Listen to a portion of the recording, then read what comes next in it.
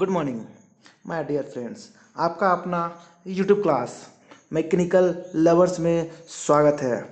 जैसा कि आपको बताया गया था कि मैं लेक्चर के साथ साथ आपको मैकेनिकल से रिलेटेड जॉब नोटिफिकेशन भी बताता रहूँगा। उसी के साथ आज एक बम्पर जॉब नोटिफिकेशन आया हुआ है जो इंडियन एयर फोर्स के थ्रू आया गया है। इसका एडमिशन टेस्ट क्या नाम है, एफकेट 2020 किस किस ब्रांच के लिए है, for flying branch and ground duty, जो टेक्निकल और नॉन टेक्निकल दोनों के लिए। सबसे बड़ी खुशखबरी की बात यही है कि दोनों के लिए है।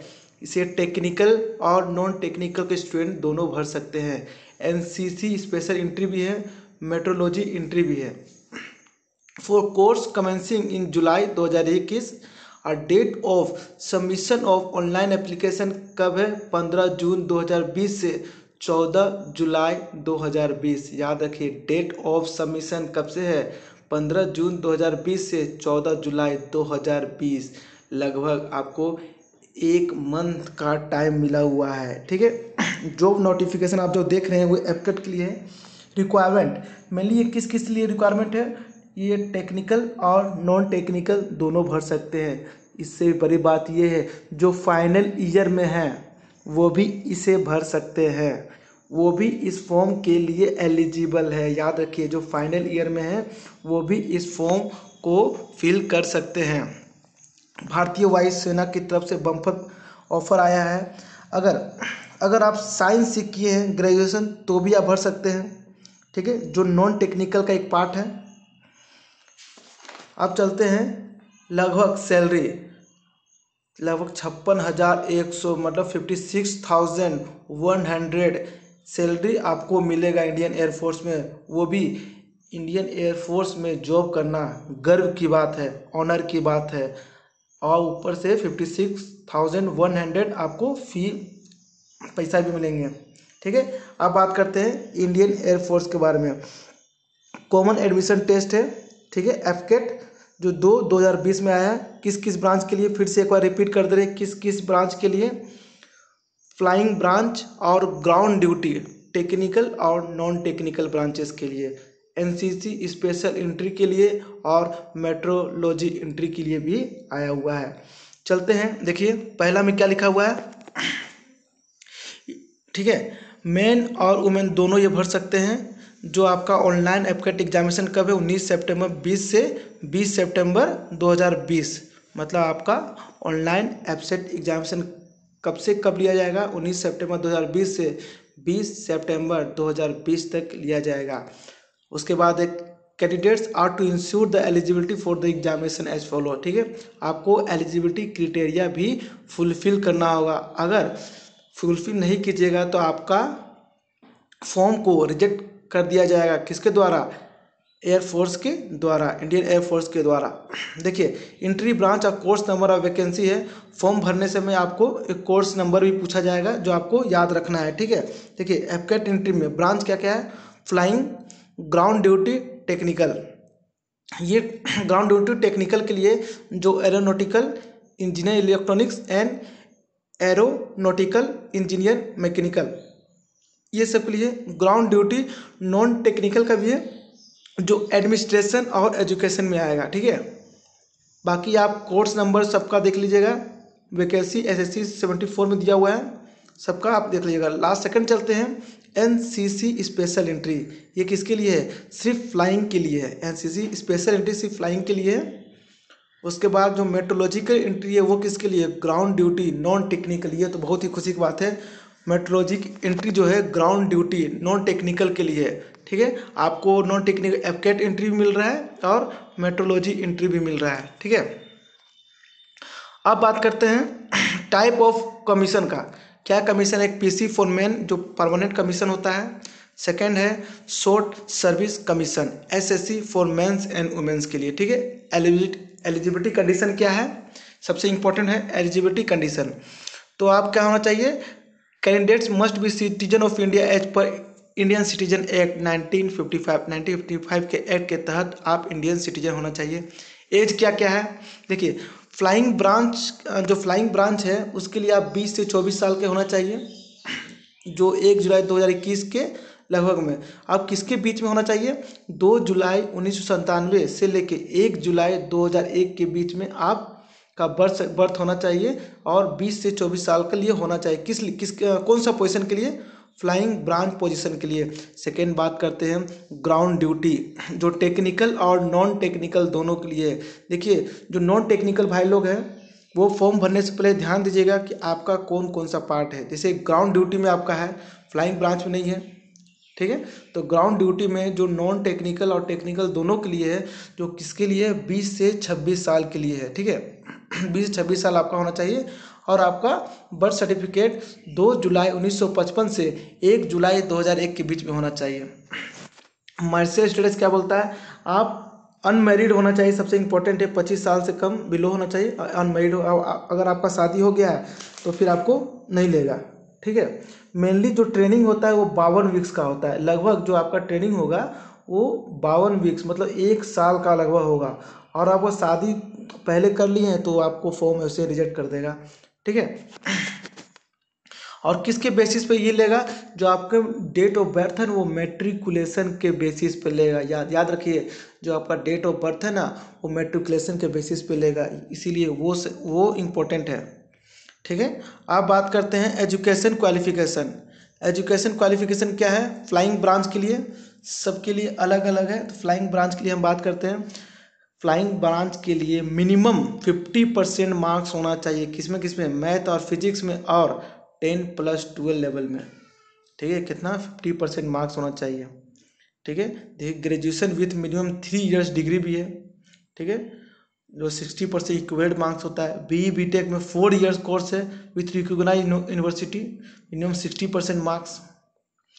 Candidates who have clear section A अभी examination, associated members of institute of engineer, ठीक है, 60% मार्क्स इसमें भी।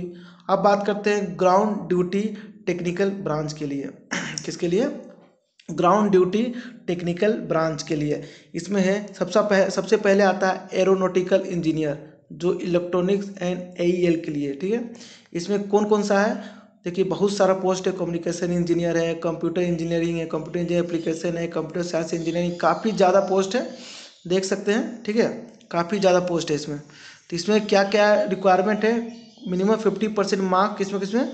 फिजिक्स और मैथ में, और 10+12 लेवल में, ठीक है। देखिए, इतने इतने सारे पोस्ट हैं, बहुत सारे हैं, आप किसी में भर सकते हैं। अब बात करते हैं एरोनॉटिकल इंजीनियर, जो मैकेनिकल एईएम में है, ठीक है। इसके लिए भी आपको 50% मार्क्स लाना होगा फिजिक्स और मैथ में, और 10+12 लेवल में भी। इसमें देखिए बहुत सारा है। देखिए, एरोस्पेस इंजीनियर है, एरोनॉटिकल इंजीनियर है, एयरक्राफ्ट मेंटेनेंस है, मैकेनिकल इंजीनियर एंड ऑटोमेशन है, मैकेनिकल इंजीनियर है, ठीक है, इंडस्ट्रियल इंजीनियर है, मैन्युफैक्चरिंग इंजीनियर है, बहुत सारे हैं। अब बात करते हैं ग्राउंड ड्यूटी, वो किसके लिए? नॉन टेक्निकल ब्रांच के लिए। ये इंपॉर्टेंट है, ground duty non technical branch के लिए। एडमिनिस्ट्रेशन पास होना चाहिए 10+12 और ग्रेजुएट डिग्री, ठीक है। मिनिमम 3 इयर्स डिग्री आपको होना चाहिए, 10+2 होना चाहिए ग्रेजुएशन, और 3 ईयर डिग्री होना चाहिए, ठीक है। और मिनिमम आपको 60% मार्क्स के होना चाहिए, ठीक है। चलते हैं एजुकेशन में। एजुकेशन में आप बात किए कि आपको 10+2 12 पास आउट होना है। ग्रेजुएशन मेनली 50% इन एनी मतलब 50% लाना होगा, और 60% marks in graduation in any discipline, ठीक है। अब बात करते हैं मेट्रोलॉजी का। मेट्रोलॉजी में क्या है? पोस्ट ग्रेजुएट डिग्री होना चाहिए इन एनी साइंस स्ट्रीम। देखिए, इंपॉर्टेंट है science stream, mathematics, statistics, geography, computers application, environmental science, applied physics, oceanography, metrology, agriculture, metrology, काफ़ी सारा है, जो मिनिमम आप कम से कम 50% मार्क्स तो लाना ही होगा। provided maths and physics were study at graduation level with a minimum 55% in marks। मतलब क्या बोलता है कि जो ग्रेजुएशन लेवल में है उसका मैथ और फिजिक्स के साथ 55% मार्क्स होना चाहिए, ठीक है। इसमें नोट लिखा हुआ है कि 2 सीट रिजर्व होता है किसके लिए? Low qualified candidates in ground duty. Non technical branch है उसमें 2 सीट रिजर्व है लो क्वालिफाइड कैंडिडेट्स के लिए, ठीक है। और ये बहुत सारे पॉइंट है, हम लेक्चर बड़ा नहीं करना चाहते हैं, बाकी सारा पढ़ लीजिएगा फ्लाइंग ब्रांच के लिए, ड्यूटी के लिए। देखिए इसको आप चलते हैं फिजिकल एंड मेडिकल स्टैंडर्ड, ठीक है। तो गाइडलाइंस की, इसका ही अपना गाइडलाइंस है, तो उस गाइडलाइंस के अनुसार आपको फॉर्म भरना होगा। हाउ टू अप्लाई, सबसे पहले पढ़ते हैं कि हम अप्लाई कैसे करेंगे, ठीक है।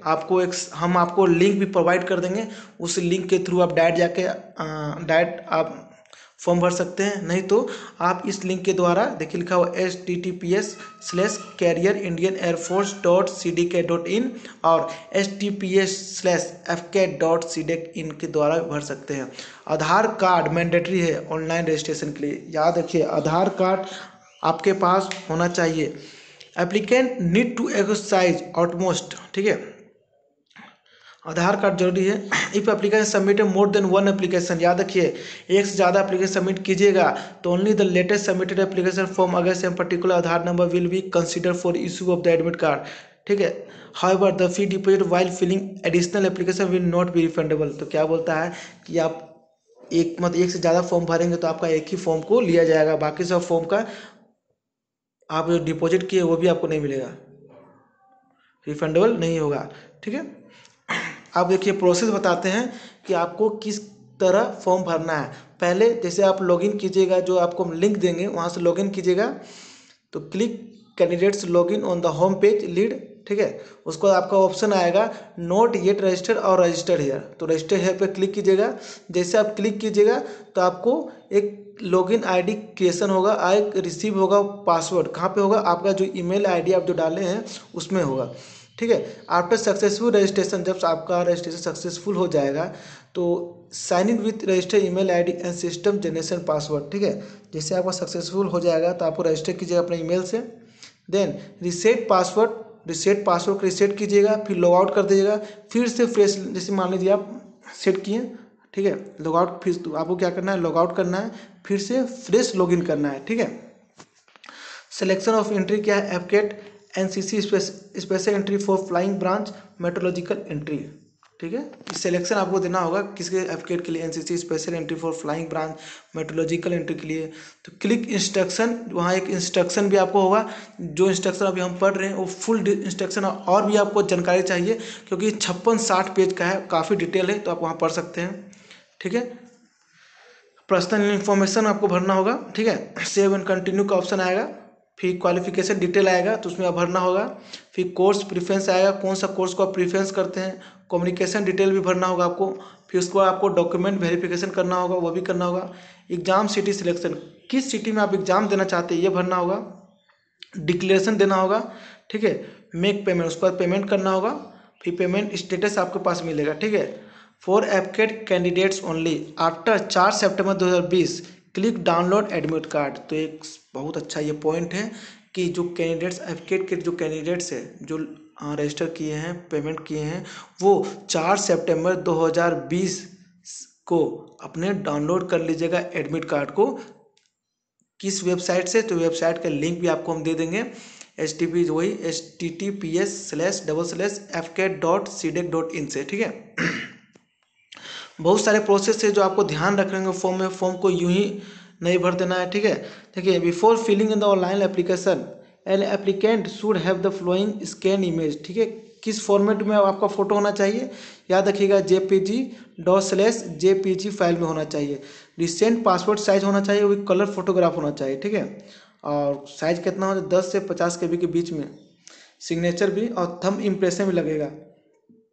लेफ्ट थंब होगा मेल के लिए, राइट थंब होगा फीमेल के लिए, ठीक है। चलिए उसके बाद आप सबमिट कर दीजिएगा। Detail instruction filling on the online application जो भी आपको हम बता दिए, ठीक है। डिटेल आपको मांगेगा, फुल नेम मांगेगा, फादर नेम मांगेगा, mother name, email ID, nationality पूछेगा, मोबाइल नंबर, सीक्रेट क्वेश्चन कुछ पूछेगा, सीक्रेट आंसर होगा, कैप्चा होगा, ठीक है। पर्सनल इन्फॉर्मेशन में आपको टाइप ऑफ एंट्री, कैंडिडेट्स, ये सारा कुछ आपको फिल करने से पूछेगा। Address, primary address, mobile number, ठीक है, ये सारा कुछ आपको भरना होगा, ठीक है। क्वालिफिकेशन डिटेल भरना होगा, ठीक है। एजुकेशन लेवल है, सिलेक्ट ग्रेजुएशन लेवल, कौन सा ग्रेजुएशन सिलेक्ट किए हैं, कौन सा ईयर में पास हुए हैं, कौन सा यूनिवर्सिटी से पास हुए हैं, ठीक है, ये सारा कुछ भरना होगा। बैकलॉग के लिए भी है, जैसे आपको पता है कि ये फॉर्म फाइनल ईयर के लिए जो बैकलॉग है उसके लिए भी है, ठीक है। देखिए 10+2 सेकेंडरी हाई स्कूल डिटेल, उसको अब डिटेल भरना होगा, ठीक है। ये सारा कुछ डिटेल है। एनसीसी के लिए है। 8वां में गेट के लिए भी देखिए, ईयर ऑफ अपेयरिंग, किस ईयर में अपेयर हुए थे और गेट में कितना मार्क्स है, इसके बेसिस पे आपको रैंकिंग मिल सकता है, ठीक है। उसके बाद डॉक्यूमेंट अपलोड करना है आपको। जो साइज ऑफ ईच फाइल, जो जितना डॉक्यूमेंट होगा वो 10 KB से 50 KB के बीच में होगा, ठीक है। रिसेंट फ़ोटो होना चाहिए, कलरफुल होना चाहिए। जो सिग्नेचर होना चाहिए वो किस फॉर्मेट में होना चाहिए, JPG चाहे JPEG के फॉर्मेट में होना चाहिए। थंब इम्प्रेशन भी JPG और JPG के फॉर्मेट में होना चाहिए। सेलेक्ट एग्जाम सिटी 5 चूज करना होगा आपको, ठीक है। तो ये आपके लिए बहुत ही अच्छा फॉर्म आया है, तो इसे आप और भी डिटेलिंग जानना होगा तो डिटेलिंग देख लीजिएगा, ठीक है। चलिए एक और आपको हम बताते हैं सिलेबस, ये इंपॉर्टेंट है। सिलेबस क्या है, सिलेबस आएगा एप्केट का है। सब्जेक्ट क्या है, जनरल अवेयरनेस होगा, वर्बल एबिलिटी इन इंग्लिश होगा, न्यूमेरिकल एबिलिटी है और रीजनिंग एंड मिलिट्री एप्टीट्यूड भी है, ठीक है। 100 मार्क्स का होगा, मैक्सिमम 100 मार्क्स, 2 घंटा का क्वेश्चन है। और 4 candidates with one of the choose a technical branch. क्या टेक्निकल ब्रांच के लिए मैकेनिकल होगा, computer science and electrical and electronics.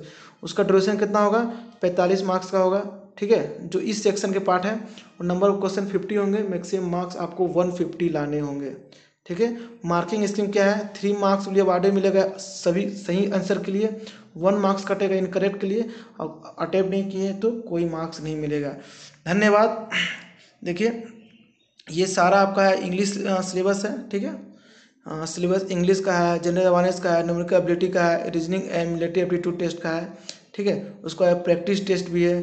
तो प्रैक्टिस टेस्ट आप यहाँ से इसी का जो अपना साइट है वायुसेना का, वहाँ से आप प्रैक्टिस टेस्ट भी कर सकते हैं, ठीक है।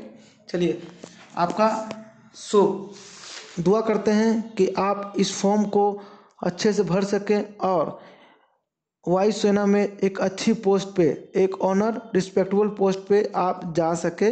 मेरी शुभकामना। धन्यवाद।